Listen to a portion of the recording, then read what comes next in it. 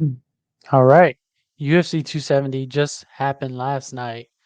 What a crazy fucking main event. What a insane co-main event. Overall, a pretty decent card. This is the bang over, like a hangover, but with instead of alcohol, fights, bang over. Get it? No? Okay. Maybe so. Anyways, let's get to it. I'm going to talk about my bets, go over those real quick, and go over the fights in general and what to expect from each fighter going forward, I guess, and how I rate them. Did someone fall on my fade list? Did someone come off my fade list? Is Francis Ngannou going to fight again for the UFC? Oh, who knows? But I personally don't think he's going to be in the UFC much longer. Anyways, here we go. First fight of the night was actually, let me go ahead and go to my results. Plus 3.37 at UFC 270. Had another zero point 0.7 units for LFA on Friday. So plus 4 units this weekend. Not bad, not bad, not bad. First bet of the night was Vanessa Demopoulos versus Silvana Gomez Juarez.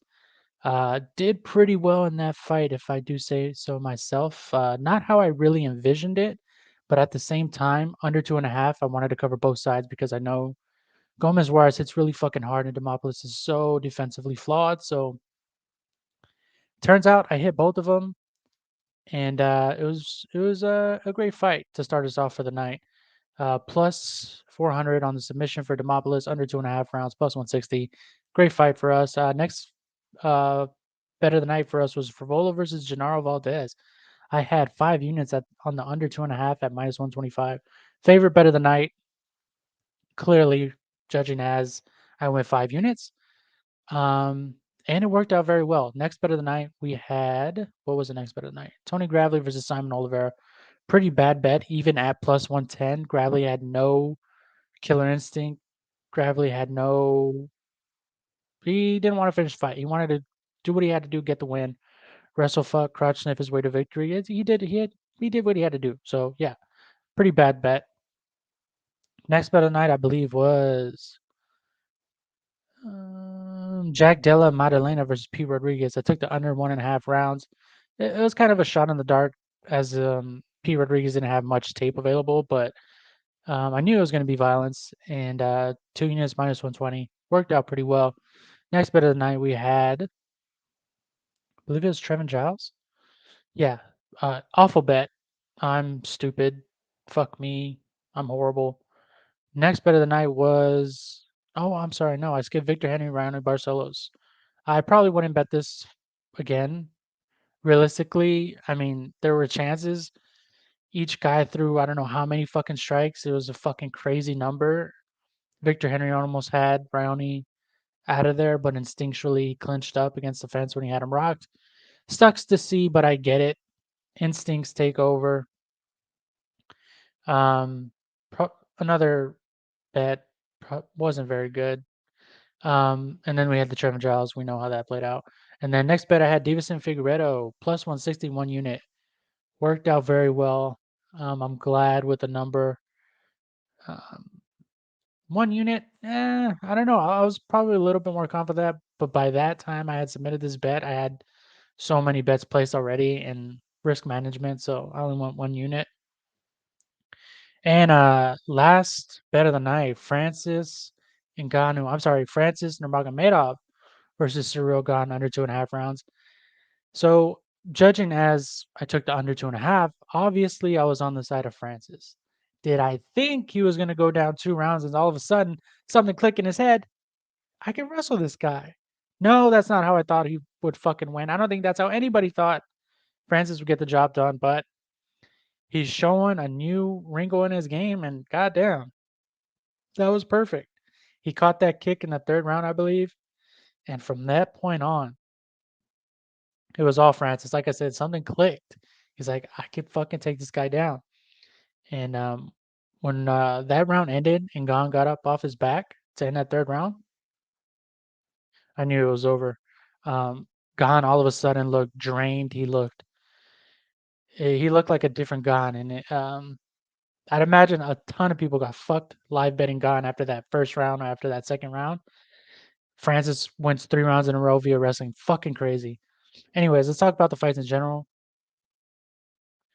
Here we go. Jasmine Jazz Devicious versus Kay Hansen. Um, Kay Hansen, rightfully so, is moving back down to 115. I believe I saw on her Instagram. She's done with 125, and she should be. She should not be fighting 125ers. Jazz Devicious had 5 inches of reach, 5 inches of height, and there's multiple occasions where Kay Hansen shot beautiful time takedowns in on the hips. It looked like Jasmine should have been down. I don't think she was doing anything defensively, technically, to where she was stuffing the takedown. It was just she was so fucking big. She was so much bigger than Kay Hansen, so much stronger, to where Kay just couldn't do it. And yeah, technique against someone so much bigger only means so much. So going forward, I don't think Jasmine Jazdavicius, no disrespect, is going to be on my bet list. Coming off a win, I think she's going to face another fighter coming off a win, and I'm looking to fade. Kane Hansen at 115 is where she should be, and I still think she's a really good fighter. Sometimes the better fighter doesn't always win. I think that's what happened right here, and there's weight classes for a reason, so that's exactly what the fuck happened. Next fight of the night, we had Silvana Juarez versus Vanessa Demopoulos. That was a huge right hand for Silvana Juarez. And I mean, Vanessa Demopoulos, let's be honest, both these fighters are not UFC level. Um, it's just not the case. How many more fights is Vanessa going to win? I think Savannah Juarez has one more fight left to prove she should be in the UFC, and one fight left to see if she can get a win or not. If she goes against anyone with any grappling pedigree, fade. It's as simple as that. She's a really good striker, but after last night and the fight, her debut, I don't know, man. I don't know how you can confidently bet Savannah Juarez. And on the other side, same thing with Vanessa Demopoulos. I think she's got a couple good qualities. I really like her BJJ, but her wrestling is non-existent. Her striking technique is non-existent. I just don't know. As like I said with the previous fight, coming off a win, realistically, who is Vanessa Demopoulos going to beat? So honestly, both of these ladies are on my fade list, and I'll be looking to bet against them in their next fight. Next fight of the night, we had Matt Frevola versus Gennaro Valdez. Matt Frevola is like that mid-tier fighter who has the potential to be, I don't know if I'd say great, but he's a mid-tier fighter, kind of a gatekeeper. He's always going to be in exciting fights. He's always going to scrap, but I just don't know if he can get to that next level. Depending on the matchup, I think Frevola was the first fighter on this card who's actually a UFC caliber fighter. On the other side, we have Gennaro Valdez. One thing I will say about him, this dude comes to fight. He always comes to fight. And put this guy in a small octagon at the UFC Apex his next fight. Put him against a guy who's going to throw down, and I think we could have an exciting fight. But am I excited to bet him going forward? No.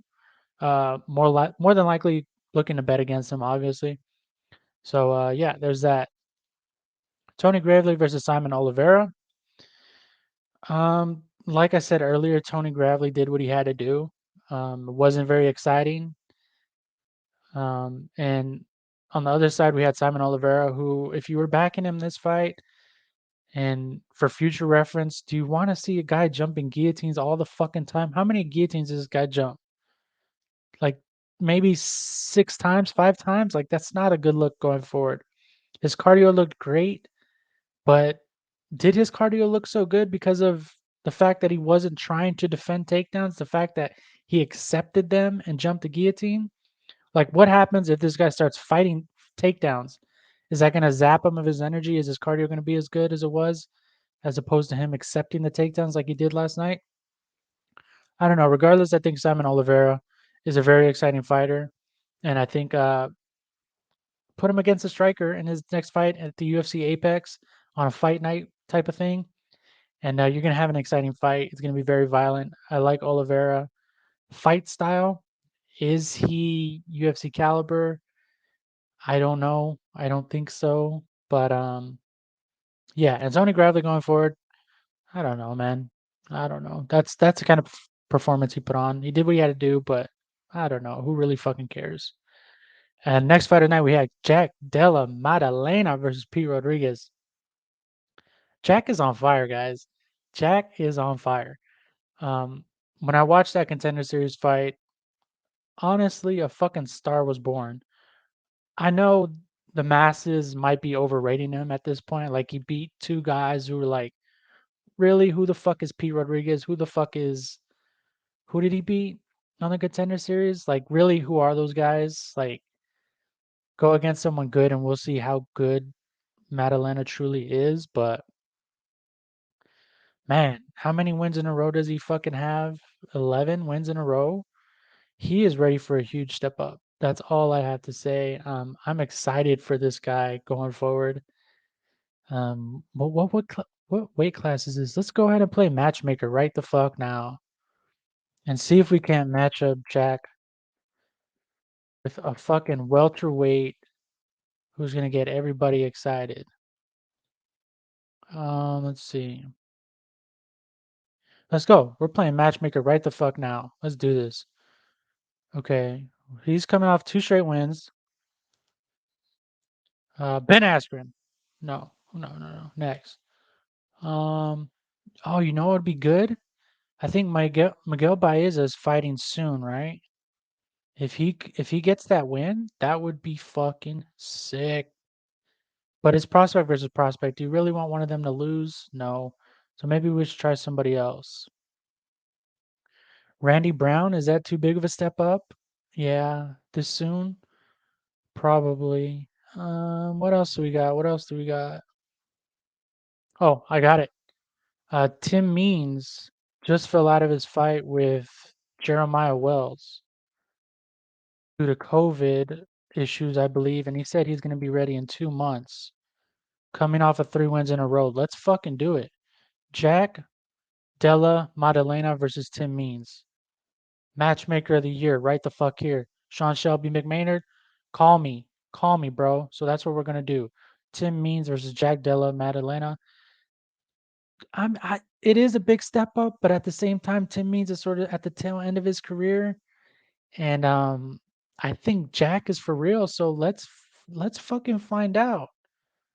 Let's find out if this dude can go all the fucking way. If he gets a win over Tim Means, holy shit, the whole fucking world is gonna be excited. Everyone's gonna believe the hype. So yeah, I think you can do that. Tim Means versus Jack Della. Who else? I don't even know if I'm in the comments. Let me know who do you guys want to see Jack Della fight next? This dude's on fire, and he needs a big step up because he's 2 flawless victories in a row. You have to give him somebody good. You have to give him somebody good. Here we go. The Dirty Bird, Tim Means, perfect opponent. Let's see it. Let's fucking see it. I don't see anybody else I want to see this guy fight. He's ready for a big, big step up. Um, yeah, I don't know. Tim Means, fuck it. It's Tim Means. That's who he's fighting next. Anyways, sorry about that. Moving on to the next fight. Raoni Barcelos versus Victor Henry. Man, it's so crazy how far Raoni has fallen.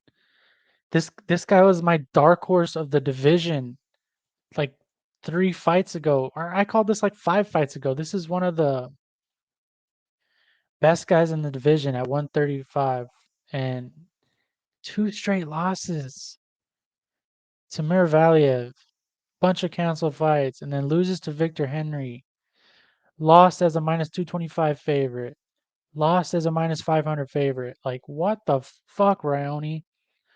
He's 34 years old, and honestly, he needs to get his head screwed on straight. This dude's grappling and BJJ is so fucking good. I know his striking is good. Yeah, but take these fucking guys down. These guys should not be beating Raoni Barcelos. and that's a fact. And I think he needs to make some adjustments, go back to the drawing board, and realize that you're giving these guys chances to beat you by standing up and not mixing things up. Striking the whole 15 minutes ain't gonna get it done. You need to blend your martial arts together, and you need to start taking these motherfuckers down. But credit to Victor Henry, man. He came in here and like, holy fuck, I who thought Victor Henry was gonna come here and fucking win this fight? And on top of that, land 222 strikes on Raoni Barcelos, top 15 bantamweight. Are you fucking kidding me? Uh, Amazing debut from Victor Henry. He's gonna have to fight. He just beat a top 15 fighter. You have to give him another top 15 after this. With the full camp, I'm excited to see it, man. Like, holy shit. I would say that's performance of the night right there. Victor Henry, without a doubt. And next fight we had Michael Morales versus Trevin Giles. Trevin Giles steady doing Trevin Giles things. Like, what the fuck, man? Rocks the guy, instinctually grabs him, and then 2 minutes later gets knocked the fuck out. I mean, I don't really know what Michael Morales is. We all know what Trevin Giles is. But I'd like to see more of Michael Morales going forward. Knocking out a guy like Trevin Giles in your debut though, like that kind of says a lot. At the same time, does it? I don't know what I'm saying. Fuck it. I'm excited to see Michael Morales going forward. Trevin Giles, go away, dude. And oh, okay. I know I said performance of the night for Victor Henry, but god damn, Saeed Nurmagomedov, that was. And I mean, on the broadcast, they were saying after the fight was finished, Cody Stamann looked desperate. Like, you can call it that, but I call it desperate to get the style of fight that he's gonna have a chance at winning started right from the opening bell. Like, you have to fight desperate versus Said Nurmagomedov, especially if you're Cody Stamann, little T-Rex Cody Stamann.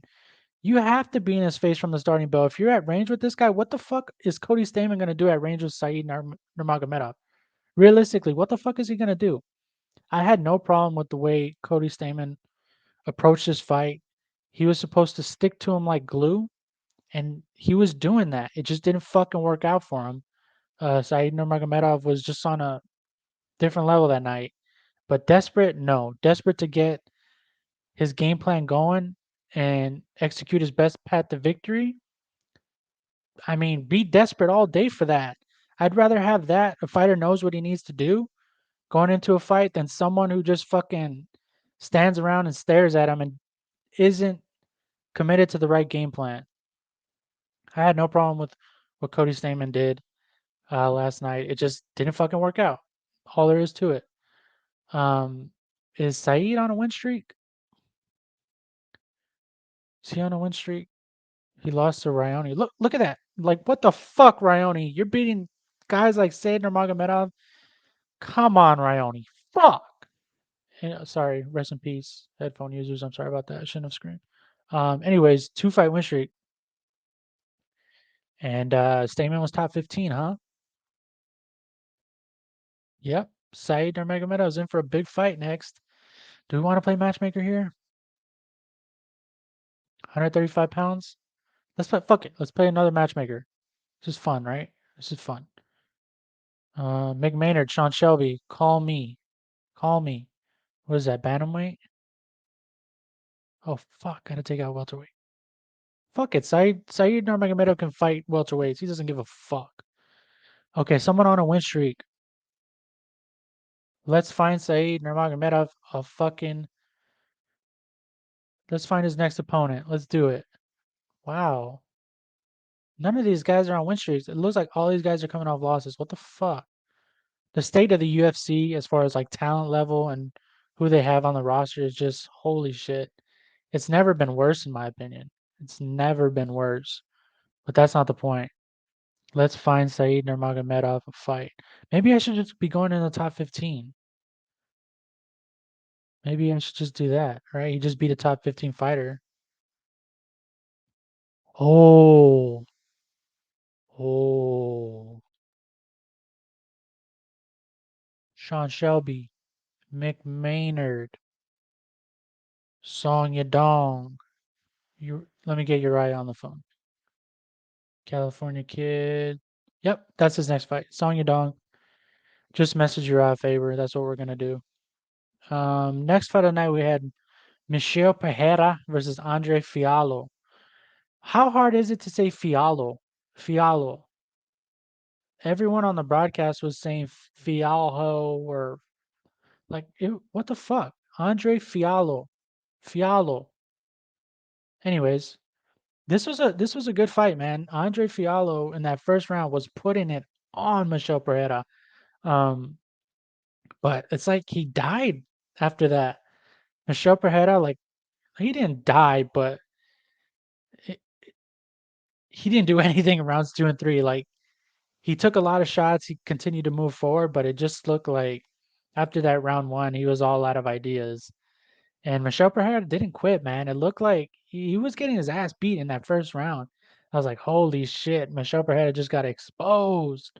Good pressure from Andre, but he just died out after that first round. And Michel Pereira showed he showed some warrior spirit, man, and he bounced back pretty fucking good. And I think Michel Pereira, obviously UFC caliber. And Andre Fiallo, man, that was an impressive debut, to be honest with you. I'm very excited for Andre Fiallo going forward. So yeah, that was a really good fight. Co-main event of the evening, we have Brandon Moreno versus Davidson Figueiredo. Um, man, Davidson was so technical. He was so patient. He wanted to get those low kicks off. Brandon didn't switch stances.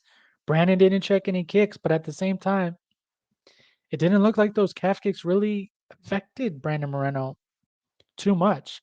Usually you see like 5 or 6 calf kicks get landed, and that's the end of the other fighter. They can barely fucking stand on it. Like that's just Mexican blood right there from Brandon Moreno. The fact that I think another fight that sort of reminded me of Bilal Muhammad.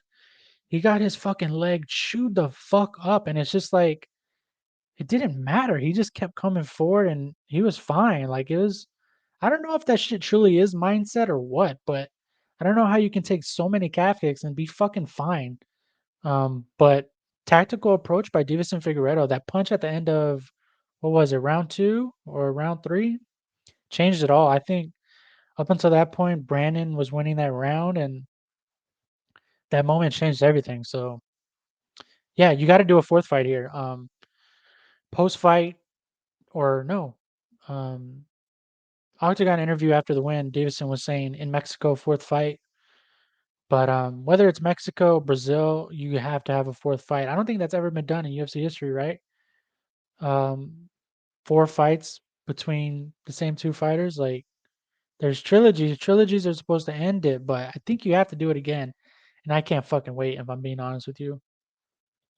And main event of the evening, Francis Ngannou versus Bon Hamin Cyril Gane. Man, I think a shit ton of people got crushed live betting. I don't know what the live line was after round one and after round two, but Francis was down 2 rounds and he looked worse for wear. And Cyril Gane, his cardio looked great. He looked fine. He came in there round one. He sort of zapped the KO power, the stopping power of Ngannou early. It kind of reminded me of the Dustin Poirier, Conor McGregor, the rematch. Dustin right away, he just shot a takedown. He tried to zap that energy, even if it wasn't successful. That's fine, but strategy was there. The mindset, the perfect game plan was there for Cyril Gane. It's just Ngannou out of left field. Francis Nurmagomedov showed up. He caught that one kick, and that changed everything. He slammed him. It was fucking beautiful. And from that point on, like when Cyril Gane got up off his back after that round, after he was on his back for the large part of that round, he looked defeated, man. I'm not gonna say he gave up, but finally it looked like there was his cardio was in question, and Francis 3 straight rounds, he banked 3 straight rounds with wrestling, and it was pretty fucking impressive. And is this the last time we see Francis Ngannou fight in the UFC? To be honest, judging by his post fight press conference, I think it is, man. I think this is the last time we see Francis Ngannou fight in the UFC. Um, I believe they said next year, December, he is officially a free agent. if the two sides don't come to a deal and get a new contract for Francis, he's going to be a free agent in December. And I think he said he's going to need surgery on his was his left knee or his right knee. But anyways, he's going to be out till then. I don't think they're going to come to an agreement for a contract.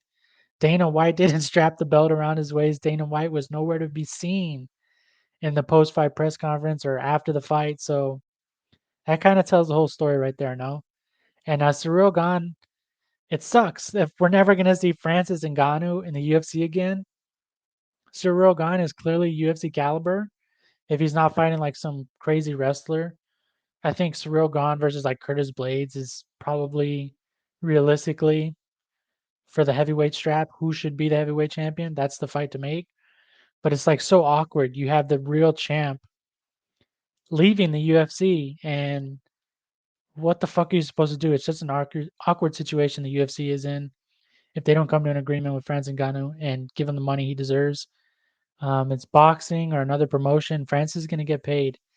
And yeah, it was a really good fight. I can't believe Francis Ngannou came out here and wrestled 3 straight rounds and came back from 2 rounds down to Ciryl Gane. Yeah, next event we have on the books, EFC 44, Eagle Fighting Championship, Khabib's promotion. This is what I'm looking at. This is just a quick dive into my mind, what I'm thinking. January 28th. What is it? 5 days. And the next big event we have is Bellator 273 on the 29th. But yeah, anyways, Tyrone Spong versus Sergey Karatanov. This is what I like here. I like Tyrone Spong. Hopefully more books. Get the line available. That's what I'm looking to bet. I haven't done too much tape into Bellator 273, but Aiden Lee versus Henry Corrales. I know Aiden Lee lost to Aaron Pico his last fight, but I don't think this line is right. People seem to agree. And another one where I think I'm going against what the early action says. Enrique Barzola minus 140 against Darren Caldwell. I don't know. I might be betting Darren Caldwell.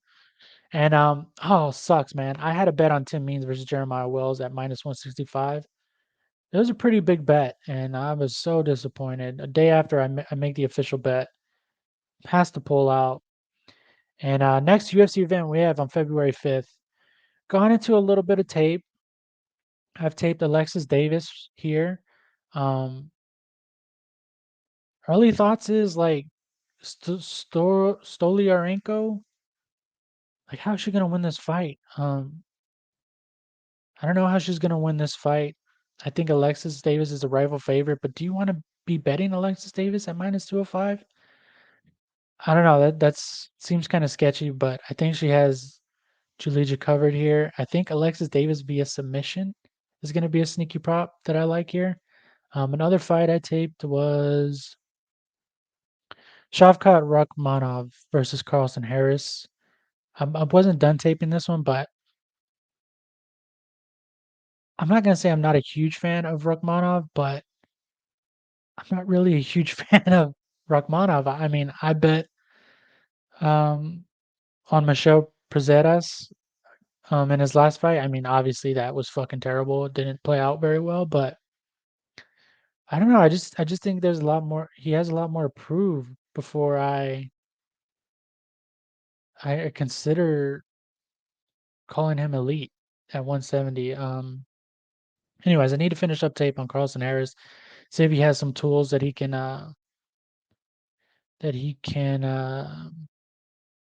give Rakhmonov some problems. But anyway, that's the Bangover UFC 270 fun event. I'll see you guys on the 28th and 29th for Bellator and Eagle Fighting Championship debut in the United States. See you.